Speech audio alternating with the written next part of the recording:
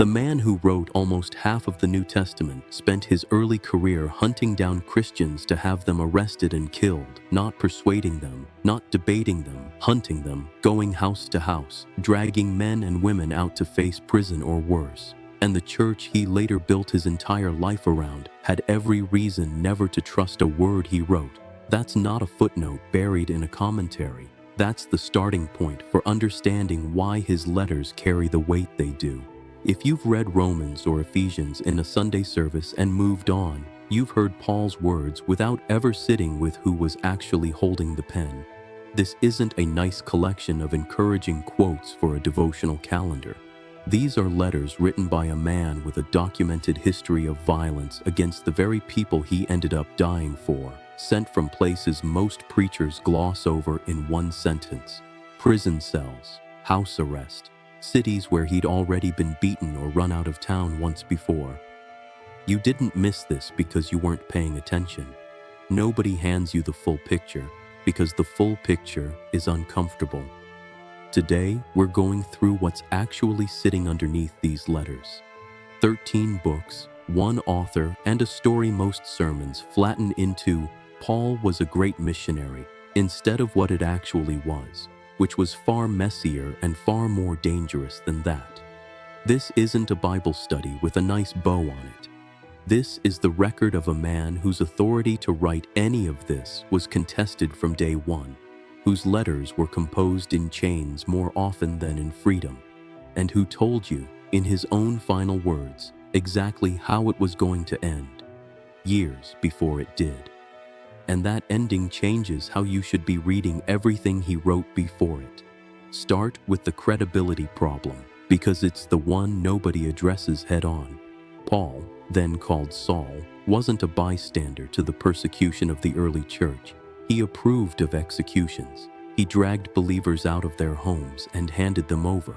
Then he claims a personal encounter with the risen Christ flips all of that overnight and insists his authority to teach didn't come second-hand from the apostles who knew Jesus in the flesh, didn't come from a classroom, didn't come from anyone he could point to as a reference.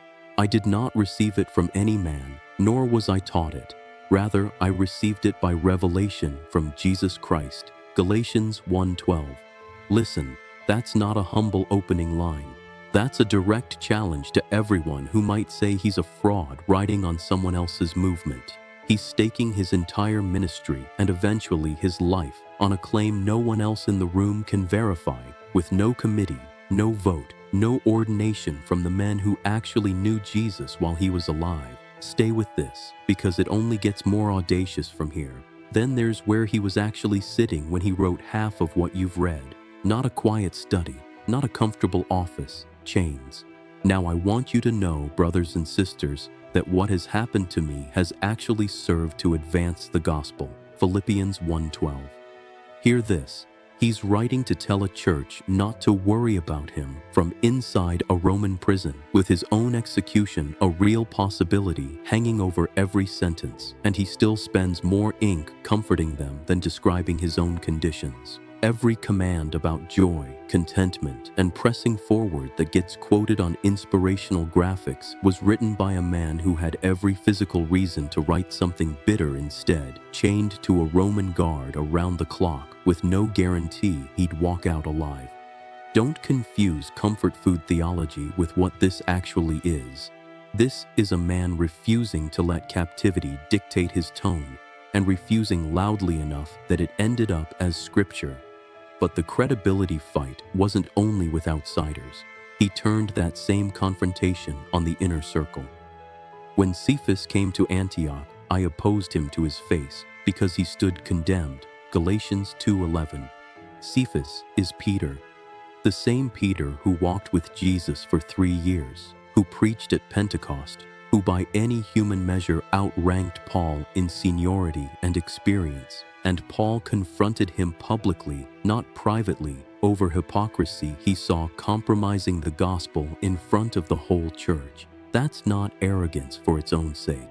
That's a boundary being drawn in ink, on record, so no one could later say it was smoothed over or handled quietly behind closed doors. If Paul was willing to correct Peter to his face, you should stop assuming his letters to you are gentle suggestions. So let's pause and line up what's underneath these letters so far. A former persecutor claiming direct revelation nobody could verify. Half his letters written from chains, not comfort. A public confrontation with the most senior apostle alive over a matter he refused to let slide. This isn't a tidy origin story.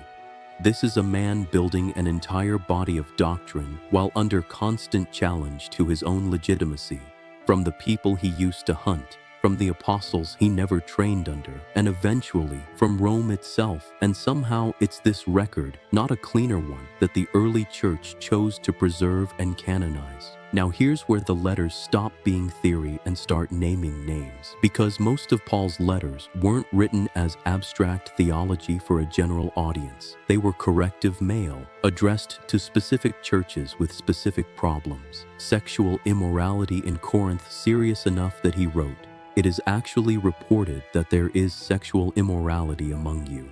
1 Corinthians 5:1, false teaching in Galatia, division over food and status in Rome, a church in Colossae flirting with a mixture of philosophy and angel worship. If you've ever assumed these were carefully composed treatises meant to sit in a library, that's not what they are. They're urgent letters, fired off to put out fires in real communities, written by someone who clearly expected to be read out loud, in public, to people who might not like what they heard and who wrote them anyway, knowing exactly how uncomfortable the room was about to get, and now the one nobody wants to sit with for very long.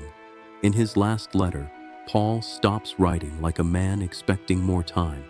"For I am already being poured out like a drink offering, and the time for my departure is near.